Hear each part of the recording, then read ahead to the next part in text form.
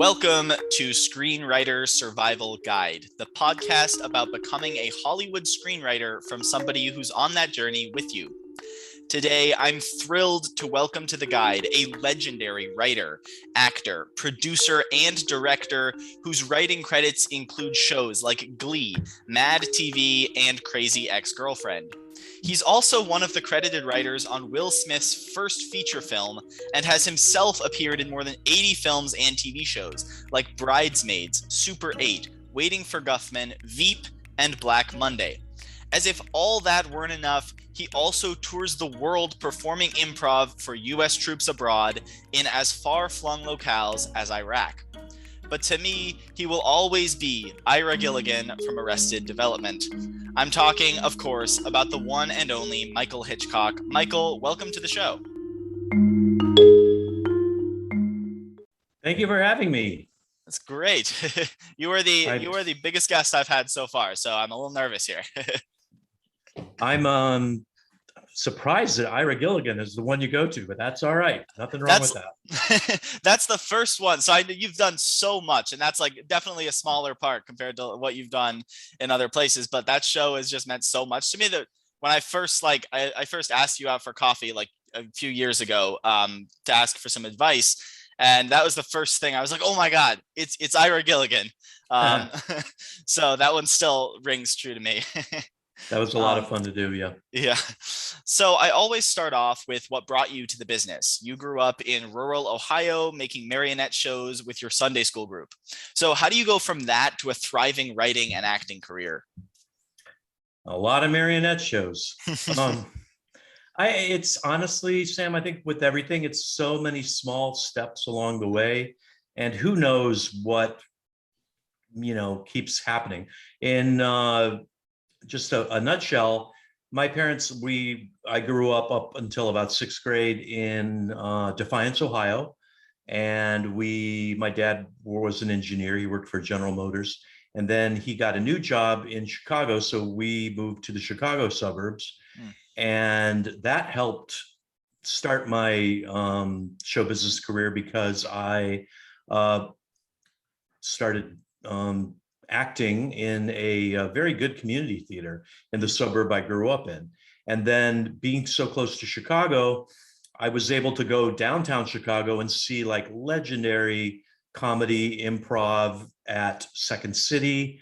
So I kind of grew up seeing some of the best comedy improv I could, and then got kind of a nice start in just the theater world with a community theater where literally a lot of retired people or housewives or just volunteers taught us, but they taught us well. And it served me, I think, my whole life, the lessons they taught us on working hard and, being part of the team and all of that. And from, living in the Chicago suburbs, I ended up going to Northwestern University and I majored in television and film production. And then after that, I went to UCLA and got a master's in pretty much the same thing.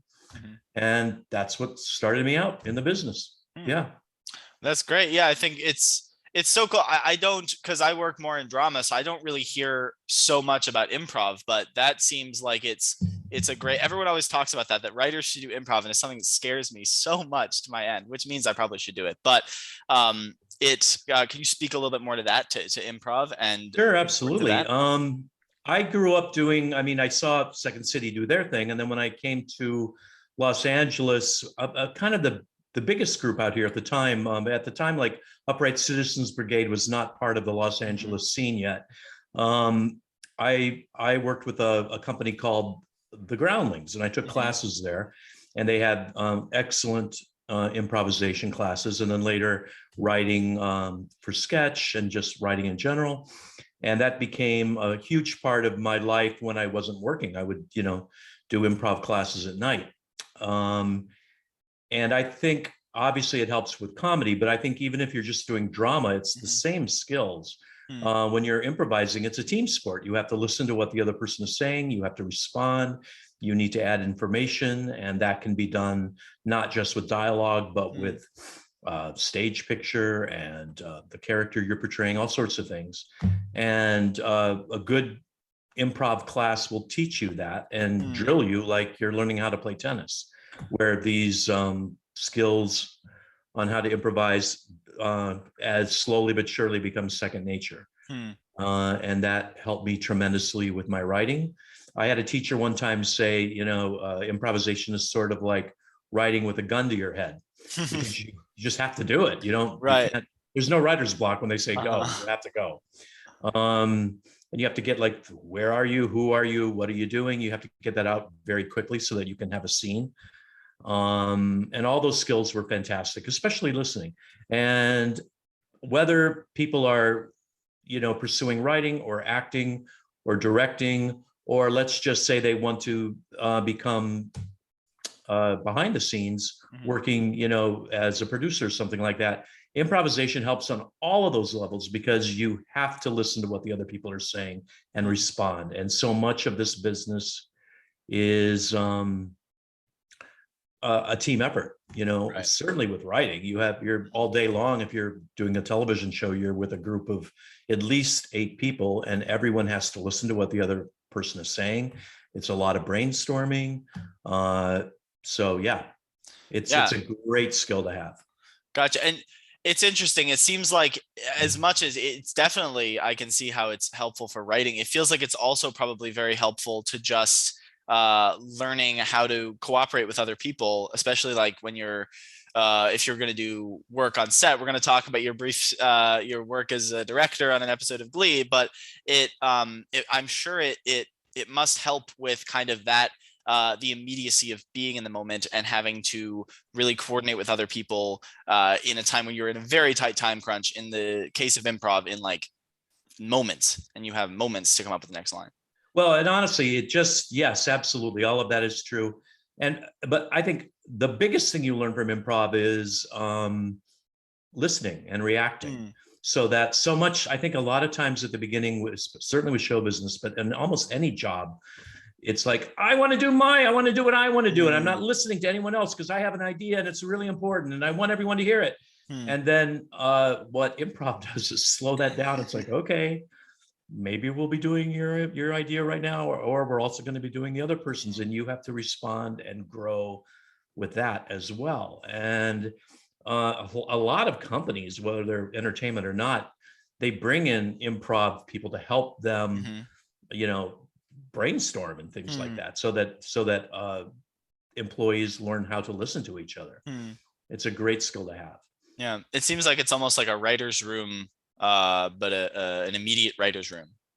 It's fantastic. And it's also, I think, for writers, one of the things I've done in the past is I brought in a few people I know, and especially if I'm stuck in a scene, I can sit there with friends and we can improvise what the characters might be saying to each other. And that's great too.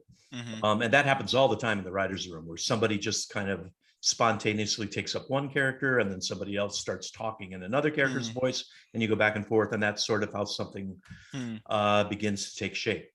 So it can be done in a writer's room. It can be done in your living room when you're just thinking of things. Gotcha. Yeah, it's a great tool. So this kind of folds into my next question, which is you're the definition of a multi-hyphenate. You're an actor, a writer, producer, and you even directed Glee. So how do you think your writing informs your acting and vice versa?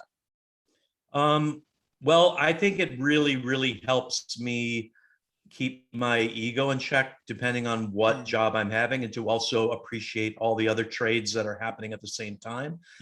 Getting to work in front of the camera and behind the camera are, it's two different skill sets, but it's essential that all of them are happening and all of them are equally important. And that's just not writing and acting. It's also the people that build the sets and the people that are designing the costumes and lighting and rigging and all of it. It's all important. And one of the best things about living in Los Angeles is being around tradespeople that are so good at what they do.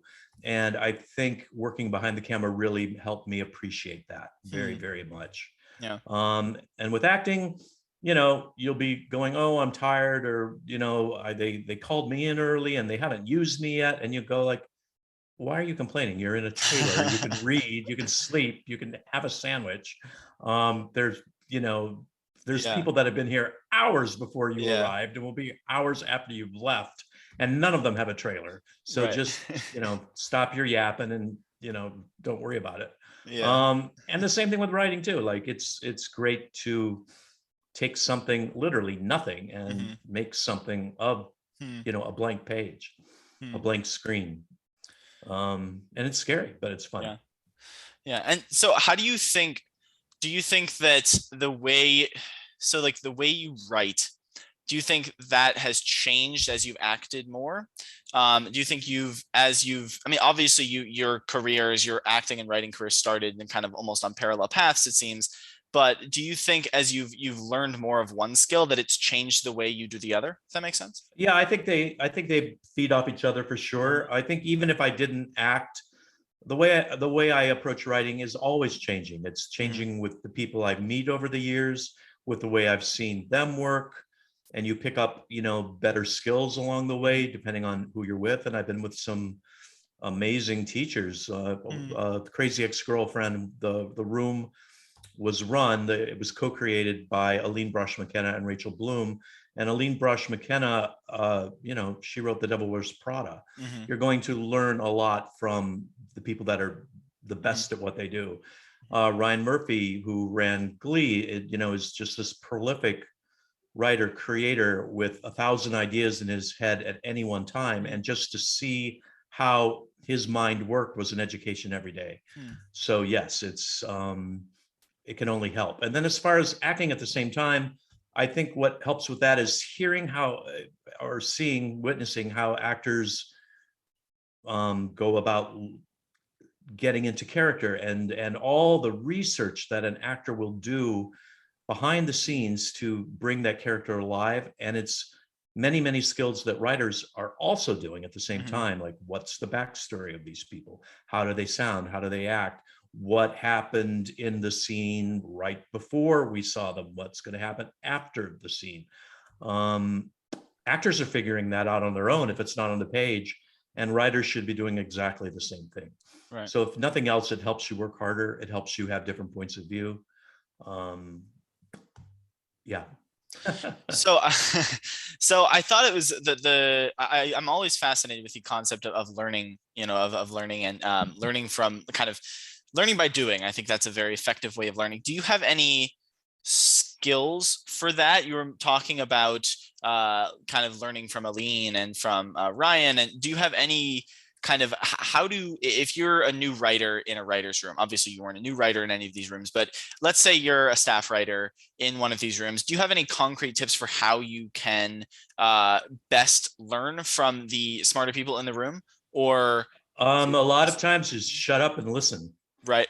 Um, you know, uh, I think at the beginning, we're all trying to prove ourselves. And Mhm. sometimes you just need to sit back and go, oh, I want to hear what other people have to Mhm. say. And a lot of the trick of being in a writer's room is, don't be the crazy one. Mhm. That's a lot of it. It's like, can you get along with a group of people day in, day out, Mhm. and respect them? A good writer's room has a diverse group of Mhm. people in it, so that everybody has a different point of view. Everybody's bringing something to the Mhm. party. And that's, I think, what most showrunners are trying to do these Mhm. days, and the successful ones are doing these days. Gotcha. So yeah. But let's say you're not anywhere near a writer's room yet, and Mhm. you're just starting out. What can you do? I've had advice, some really good advice over the years. And Mhm. one of the first things that somebody said, if if you're stuck, and we all get stuck, A, don't panic, because it happens to everybody. But B, maybe go to a coffee house or someplace public and get a cup of coffee and listen to conversations Mhm. around you. So be a fly on the wall in places and hear what people are talking about. And you can best believe they have a point of view about whatever Mhm. they're talking about. Even if it's buying sheets at Bed Bath and Beyond, they have a point of view about what they purchased, the coupons they got, the bargain they got, the inventory, anything. And you want those specific points of view. I had another teacher one time say, when in doubt, if you don't have any ideas, go buy a National Enquirer and read it, because it's just full of strange Right. stories, and something will spark your interest. I had another teacher say, and I think it's invaluable, be informed, like watch the news, know what's going on in the Okay. world, get your news from more than one source. At that time, this was before the internet. I'm going way back. There was this book called the Dictionary of Cultural Literacy. And she said, go buy it, put it next to your toilet, and read on the toilet, like something new about the world all the time. And obviously we can do that on our phones now, and it's a great thing. Like, it doesn't even have to be news. It can just be Wikipedia, it doesn't matter, but learn something new. Always, keep doing that. Another teacher said, which is very important, I think, in LA, go volunteer. Go do something that has absolutely nothing to do with the industry. Give back, because at the end of the day, that's what's important. And it'll take your mind off of, oh my God, I don't have a career, or I'm not I want to be, or, so-and-so got a job and I didn't. It's like, okay, but I'm helping someone learn to read, Right. or, whatever it is. It just puts everything into perspective, and you're learning about life. So those are all little things to do. Yeah, that makes a lot of sense. That's something I'm working on right now, is kind of trying to untie. I think I kind of as I've kind of really made a push to become a working writer, I've kind of really tied my value and my identity up with that success, and up with getting into a writer's room and being successful. And I think it's something that's very interesting, the idea of just like going and volunteering or doing something totally separate from that, because I've realized it's not healthy, because if you're always worried about where you want to be and not where you are right now, it's you're always in this kind of panicky mode of, I'm not worthy enough, I'm not good enough, and it's just not a place you can live. I agree. And I also think with writing, everybody always says, write what you know. And I'm a believer in that. I think, at least at the beginning, sometimes we're trying to guess what do they want? What do they want? What's popular, what isn't popular, and trying to guess. And then we end up not writing anything because we're so panicked about what's selling or what isn't selling. Who knows what's selling? I mean, Squid Games, which is now the most popular show ever, apparently they couldn't sell forever and ever and ever and ever. And it happens all the time. Every huge movie went through several years, it seems like, of failure. Not all of them, obviously, but just almost right down the line. So you never know what the market's going to be. So write what you like. What are you good at? If I had maybe one piece of advice for beginning writers in that regard, it would be maybe pick a genre that you really like and stick with it for a while. So that when someone finally does read your material and they go like, oh, we liked it, what else do you have? And they liked your whatever, let's say your sci-fi thing, you go, well, I've got a wacky comedy I want you to read. Well, you just sold, they liked your sci-fi. So maybe if that's what you like, do that. You don't need every genre. Maybe pick a genre, and then later, once you're successful, if you want to switch, maybe switch. I have not followed that advice. I have done drama, I've done comedy, and I think if I was gonna, I wish I would have taken that advice years ago. I think at least at the beginning, because you have to kind of market yourself, and why not make it easier on people? At the beginning. Yeah, makes sense. Yeah, people, you have to be. So if you could choose to do only one of the things you're really good at, like write or act, for the rest of your life, what would you choose? Could you choose? That's a good question. Probably writing. Writing is, I really do enjoy it a lot. When I'm clicking, there's days I'm completely stuck and it's the last thing I want to do. And I love what acting. You're talking about. Never been there. Yeah. And then acting is really, really fun and challenging when you have the job, not so much fun and challenging when you're chasing the job. That part of it, I am not a huge fan of. Although with writing, it's the same thing. I mean, I've written several things that haven't sold. And and they take forever, and then you get them done. And then it's like, oh, okay. Well, I guess this one isn't going to be happening anytime soon. Let's move on to something else while we're waiting. The good news with writing samples is, by the way, if it isn't sold or no one's too excited about it, it still exists. Mm-hmm. And you can pull it out in 5 years and brush it off and, update it a bit and try again. Mm-hmm. Because the industry is always changing. Right. Executives are always coming and going. And, today's dud might be tomorrow's gold. You never know. Mm-hmm. Right. And then sometimes they're sort of like, okay, well, I tried it. Yeah. And I'm done. And now let's move on. Yeah. Because I know that like when you finish a sample and you finish a spec and you have no idea if anything's going to happen with it, it can often feel a little bit like, oh, wow, I was working for a lot of nothing. Do you have any way of like marking those occasions, of like finding a way to celebrate or do something to really mark those occasions? The short answer is yes. And I celebrate by getting a scene done. Mm-hmm. Like if I get a scene done, I go take a celebratory walk around the block, or I'll go get a coffee, or I'll take a bath. Mm-hmm. I mean, so I do it every day when I get part of it done. And then when something's done, maybe get some friends together, go out to eat or whatever. I mean, gotcha.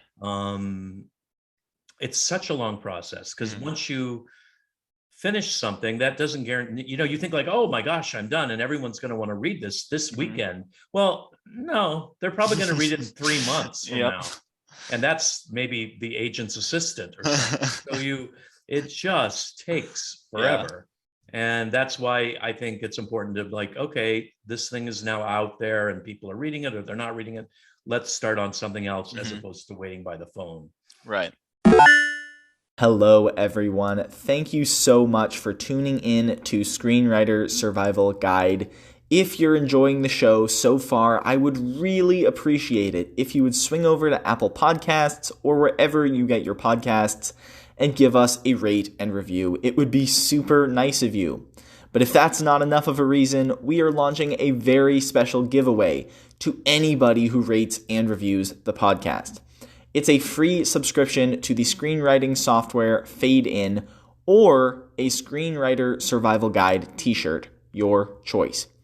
We are on a roll trying to grow this community, and rating and reviewing is the best way to make that happen.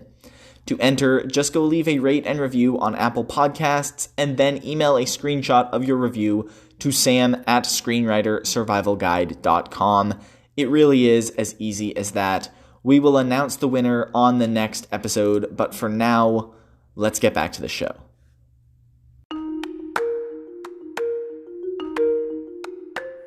This chapter of the Screenwriter Survival Guide is brought to you by Anchor. A quick note about ads on this podcast: I'm only going to advertise something on here if I genuinely think it's awesome and has little to no drawbacks, and Anchor is the perfect example of this kind of product. It's the easiest way to make your own podcast, and, surprise, it's how I'm making Screenwriter Survival Guide. Anchor is completely free, and it has creation tools that allow you to record and edit your podcast right from your phone or computer, which is exactly what I'm doing right now. As if that's not enough, they will also distribute your podcast for you so it can be heard on Spotify, Apple Podcasts, Stitcher, Google Podcasts, CastBox, 2 tin cans connected by a string, or wherever you get your podcasts. And you can make money with your podcast with no minimum listenership required. In short, it's everything you need to make a podcast all in one place. Seriously, guys, before I heard about Anchor, I was going to use Audacity, my private host, RSS feeds, and all that other stuff to make the Screenwriter Survival Guide, and it would have taken way more time and ended up way less professional. So download the free Anchor app or go to anchor.fm to get started. And now, back to the show.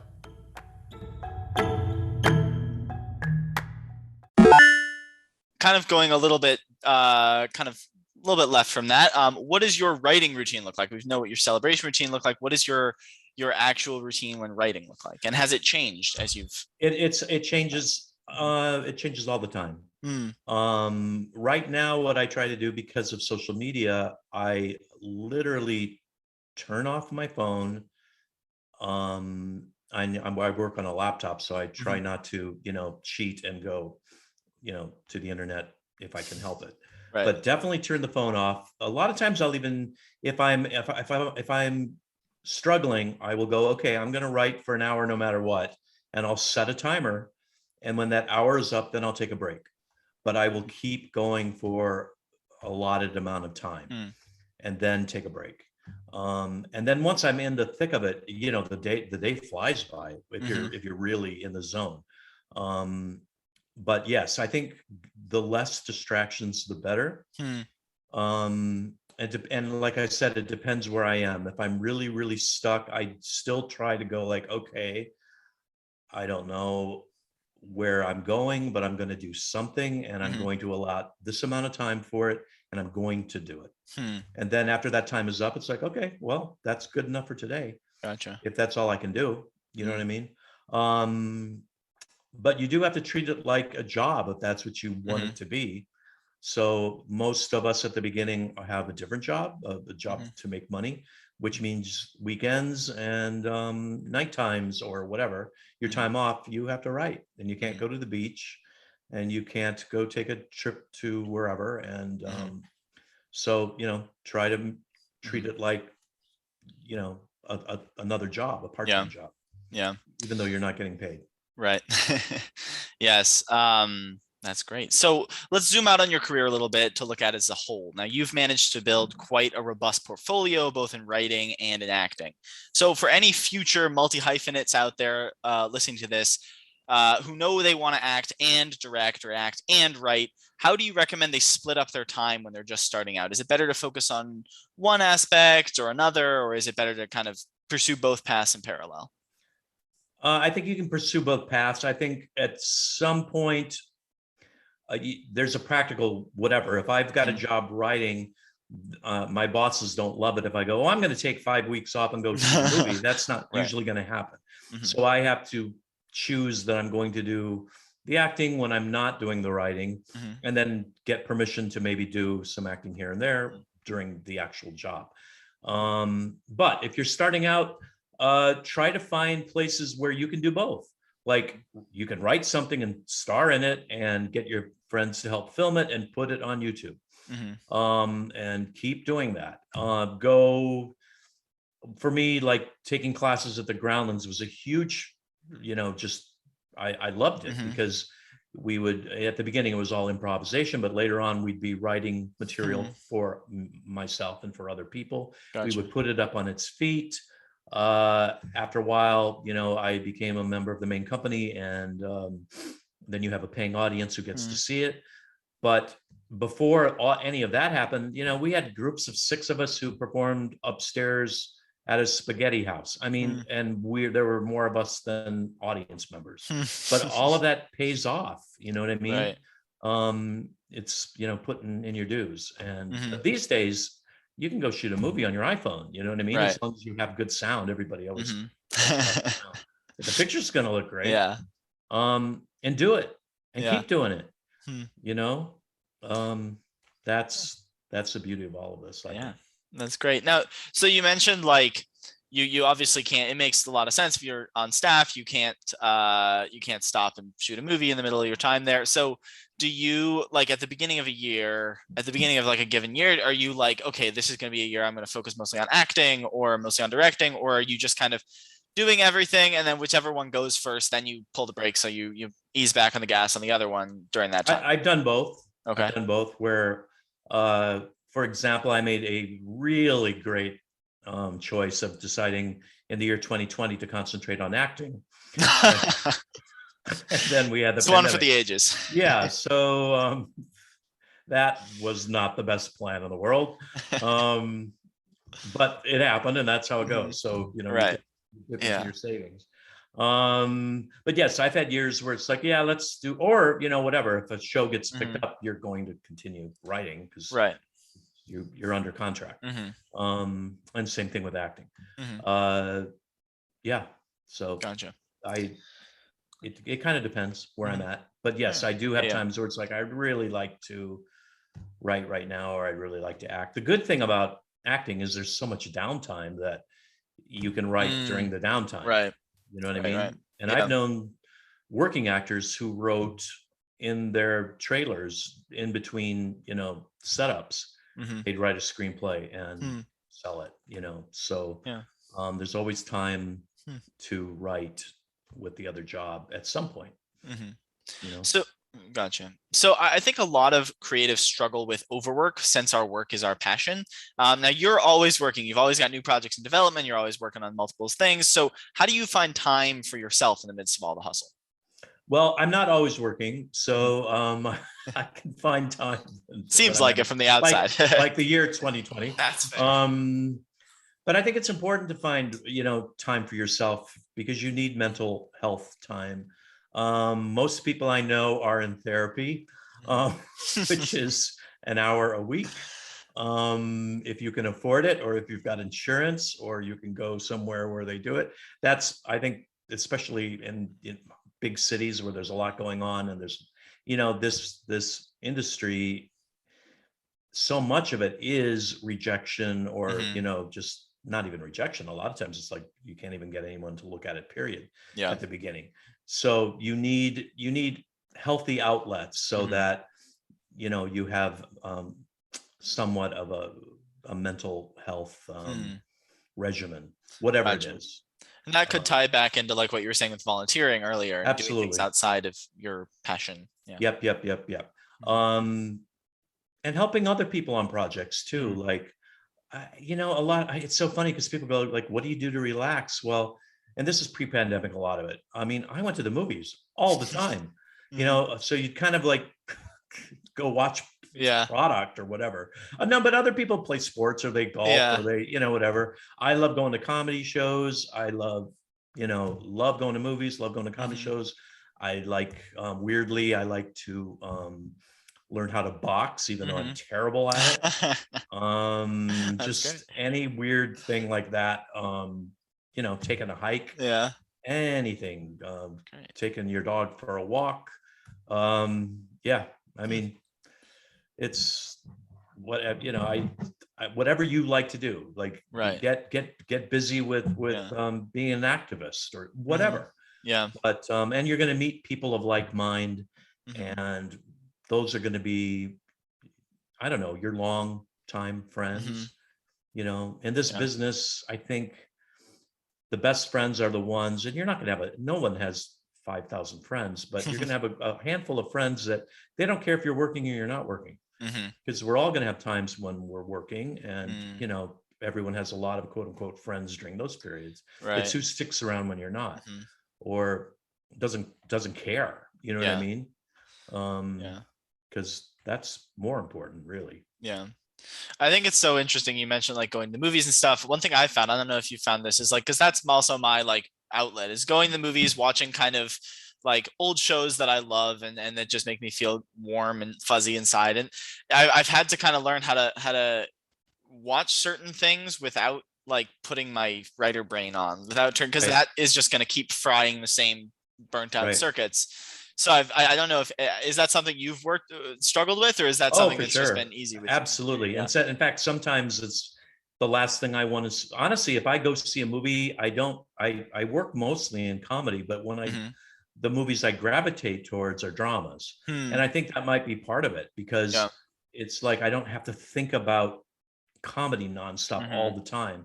So maybe my advice to somebody like that is, if your genre is whatever, maybe to relax, don't go see that, Right. So you can go study your genre all the time. It's good to go study it, I think.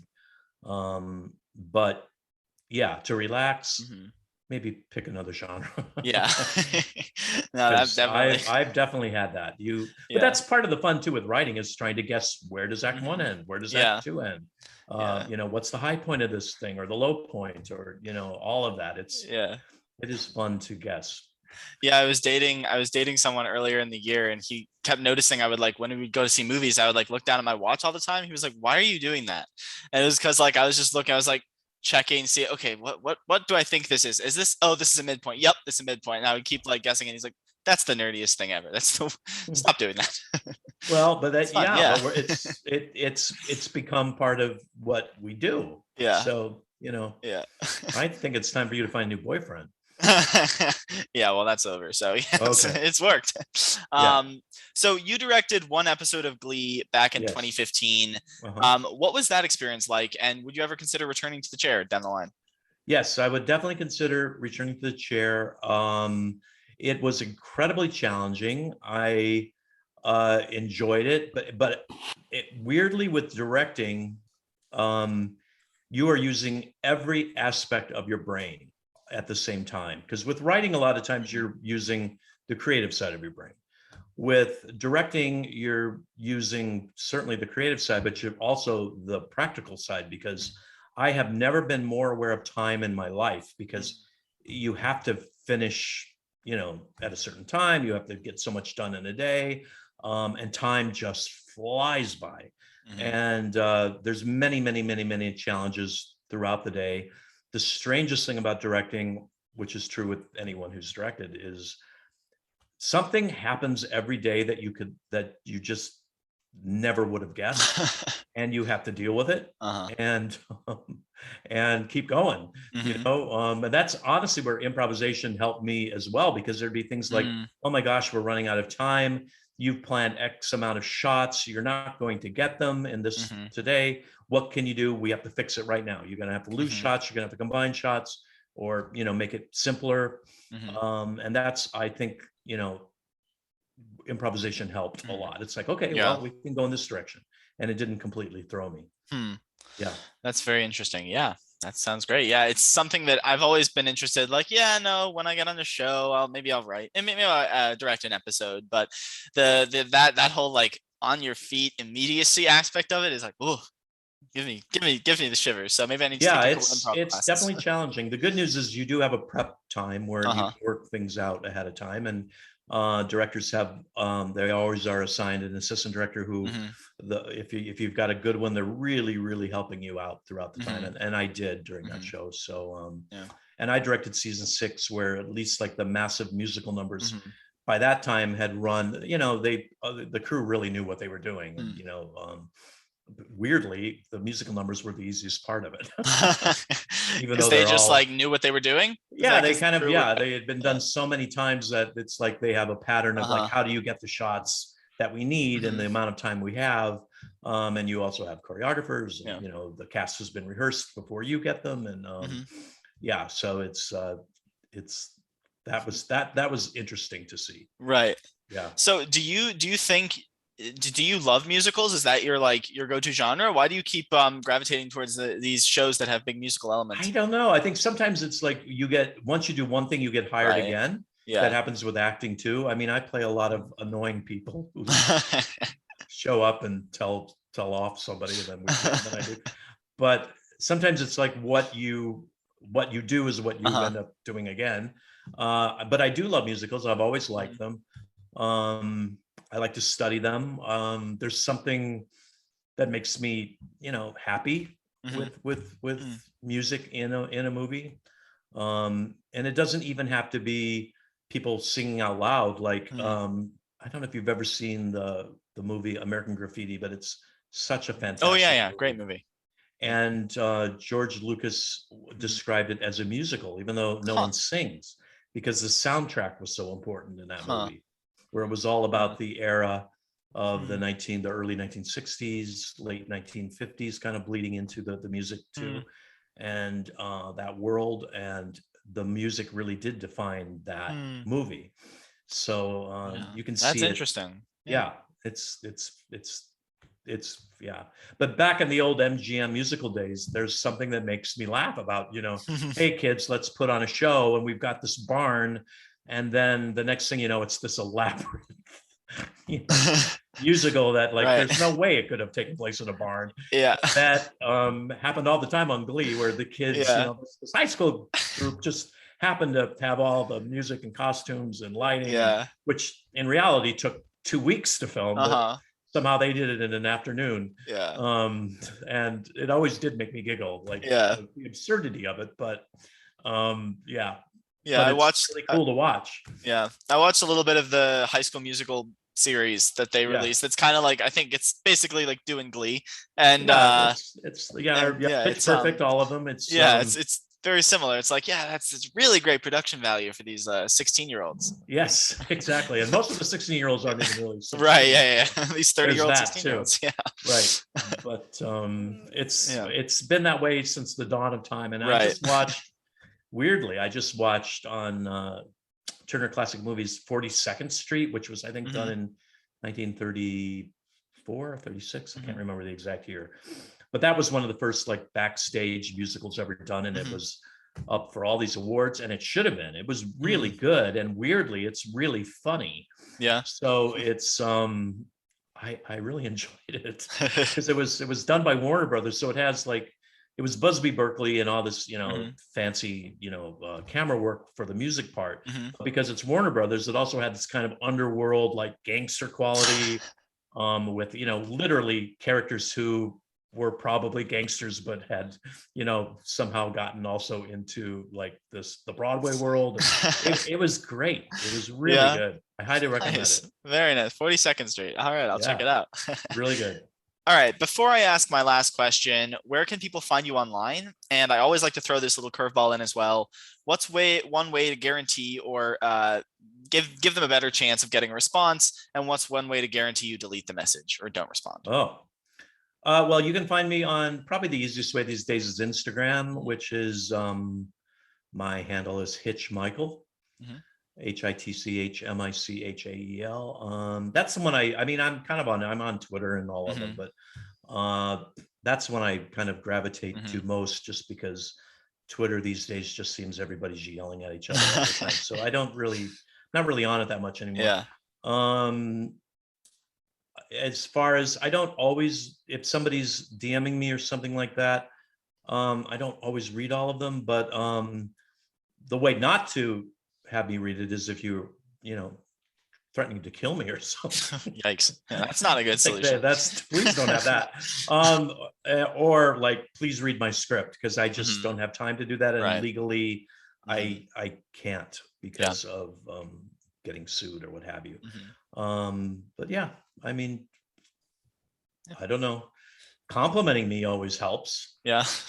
But then that works for just about everybody. Yeah, that's true. People are very easy to they'll do what you want if you compliment them. Yeah, exactly. We all like that. We all like to be flattered at some point.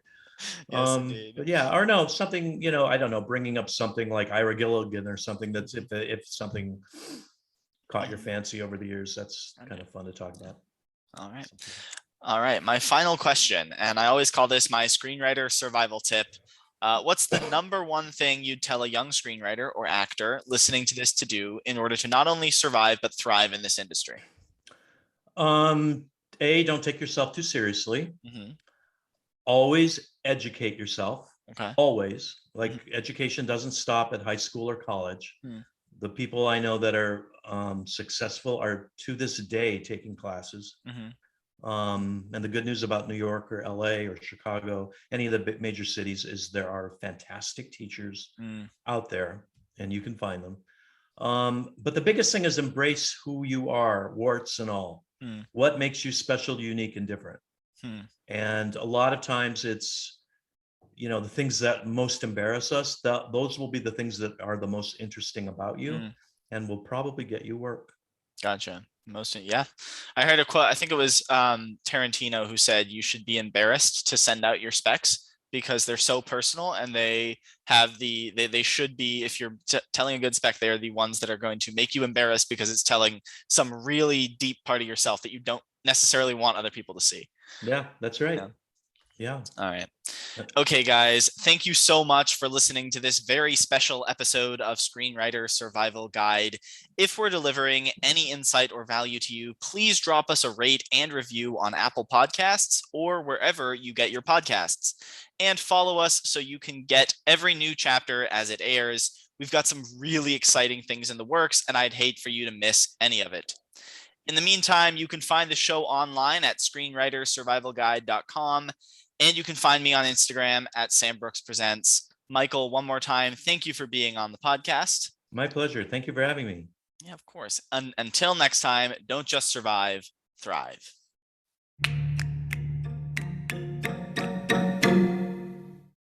Hey guys, it's Sam again, checking in quickly to remind you to go give the podcast a rate and review on Apple Podcasts or wherever you get your podcasts.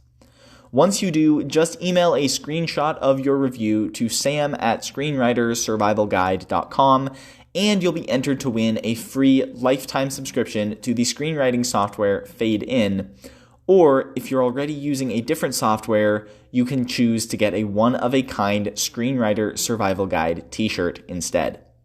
Plus, we'll be reading reviews on the air in the coming episodes, so go leave a rate and review before you forget. And until next time, don't just survive, thrive.